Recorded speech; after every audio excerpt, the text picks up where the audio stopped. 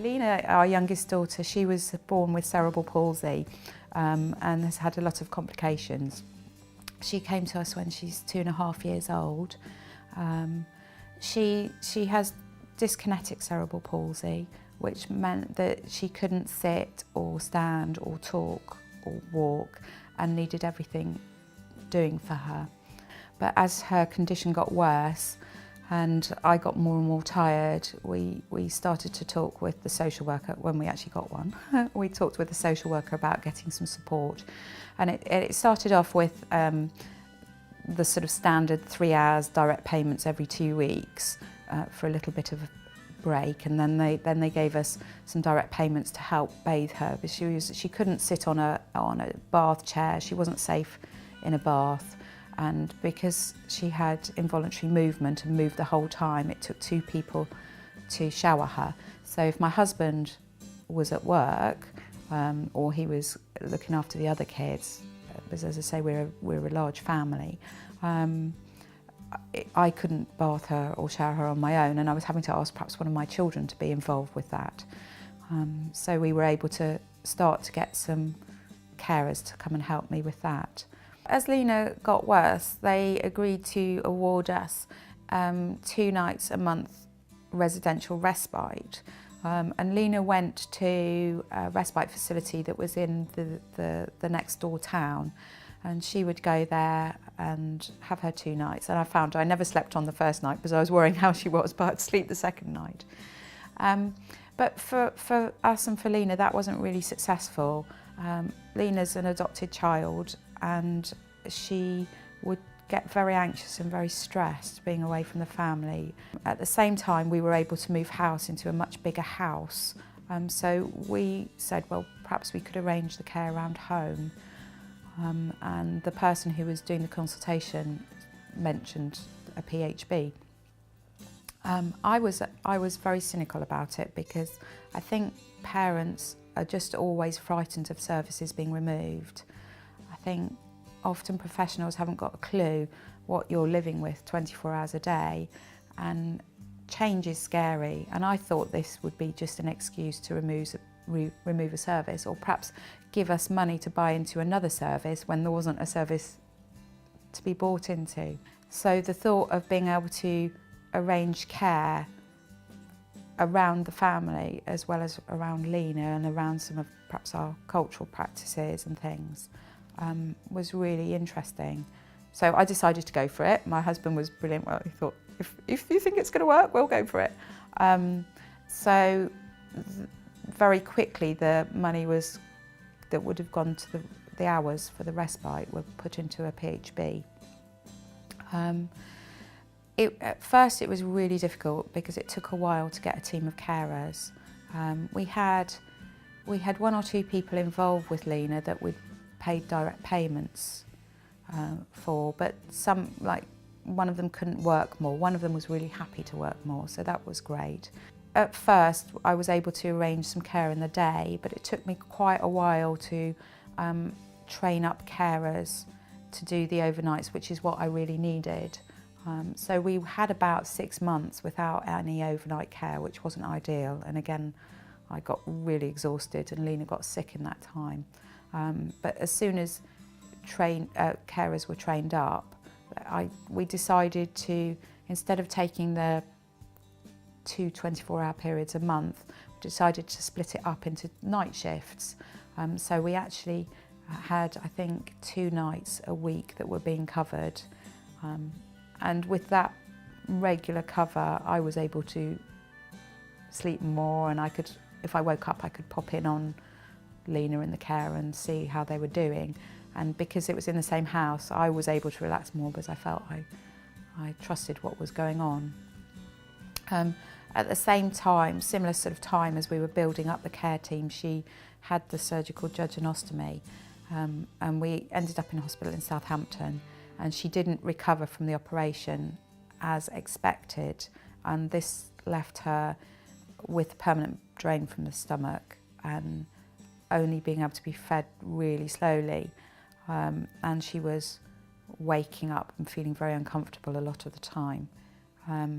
And when we got home, after a few weeks, our community nurse came out with some supplies and made the mistake of asking me how I was, at which point I just kind of collapsed on the stairs and started sobbing and said, I'm so tired, I don't know what to do. And she said, oh, I wonder if Lena should be on continuing care, because she hadn't actually been assessed for continuing care at that point. They very quickly assessed her for continuing care, and within 10 days she was on it. And because we had the PHB and we knew how many more hours we were going to be given, we went straight away to our carers and said, would you like to do another night a week? Would you like to do more hours? And they were all keen to do more time. So for us, having the PHB meant that we didn't have a whole gap between just having some respite and having continuing care. We were able to use it straight away. We had a fund holder holding the money because we didn't want to actually touch the money ourselves, and we had another organisation doing the payroll. But we recruited the carers ourselves, and I did the timesheets and the rotas. Yeah, which it worked very, very well. And I just, when all the systems were running, I was able to just email the hours through every 4 weeks, and then the pay slips would come through and the carers would be paid directly into their bank account. I think it was so flexible, the PHB was so flexible. One example was in February this year, our eldest daughter got married. Lena was actually in hospital till the day before the wedding because she'd got an infection, and we were kind of like, how are we going to get there? But one of our absolutely fantastic carers committed to coming away with us, and she did the nights. When we went up for 2 nights, and she did the nights, and then during the day another of our carers was a family friend, because you're able to employ family friends on the PHB, and between the nighttime carer, one of my other daughters, and this other carer who was a family friend, they arranged a rota of people that Lena was able to be in another room, in a quiet room, but she still wasn't very well for the reception. She came in for the ceremony, but she didn't really cope with the reception. So they themselves arranged a rota to care for Lena, so that I was able to be there and support our eldest daughter on her special day. The month that Lena died, my husband went down to 1 day a week. That was all he was able to work. So for us, we would not have been able to afford to go to the theatre or to Peppa Pig World or to take Lena to these special places that help to build memories and help to provide quality of life. We wouldn't have been able to do those without the PHB, because apart from anything, we needed to have a carer the whole time. And it's unfair to say, if I wanted to do something, it was unfair to expect my other older children to provide care all the time, because they've got lives as well. For us, the PHB meant that we were able to do some of the little things and buy some of the pieces of equipment that made a difference, that because of the situation we were in, we didn't have the funds to do it. Everything that we spent the PHB on was directly related to Lena and around Lena's quality of life. And you do need to make sure that that happens. And of course, that there needs to be governance in it. But the whole point is that what we're trying to improve is the outcomes for disabled children and their family. Now that we've had a personal health budget, I'd like to really encourage anybody who's involved in administrating to make sure that the systems are all in place properly. Things like who's going to train the carers and who's going to do their competencies. That wasn't worked out at the beginning of ours because we were a pilot. I think we were one of the first families with children to go down this route. So for us it was very much a work in progress, and to work out who are the support agencies. The other thing I think is that sometimes people will say, oh well, our families won't want a personal health budget, or they're not actually capable. Maybe a family has got lesser capacity to manage it themselves because the circumstances in, or education or something like that. But if commissioners have got the right support agencies, you can support those families into having a personal health budget, and it can be life-changing. I think for anyone who's thinking about having a personal health budget for their child, I would say go for it. It can be a struggle at first to get it right, but the thing is that you know your child best and you know your family best. And with the personal health budget, you've got absolute control over the people that are coming into your home. I think, you know, with a healthy toddler, you wouldn't allow a complete stranger to turn up at the door and then just leave them for a day. But somehow, with disabled children, we're expected to do that. I don't think that's fair on the families or the children. With the personal health budget, you've got absolute control and you can build the relationship with people. You can build a team, you can build a trusting relationship.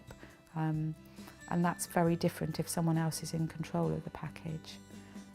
But the one thing I'd say, it's not a magic wand, and our daughter did pass away. But for us, the last few months were completely different to how they might have been. She was in and out of hospital, but we tend to just spend about 24 hours in hospital, and because I had the care at home, we were able to bring her home. So she actually was only in hospital for the last 24 hours of her life. We didn't expect her to die at that stage, no one did, but we would have had to go in earlier if we hadn't have had a fantastic care team at home. And I'm still in contact with them. We still meet up for coffee. They've become great friends, and some of them have gone on to other packages, even end-of-life packages, after their experience of working with us and with Lena. So I think for them, though obviously losing Lena has been immensely challenging, it's been a really positive experience. Yeah, and I would highly recommend it.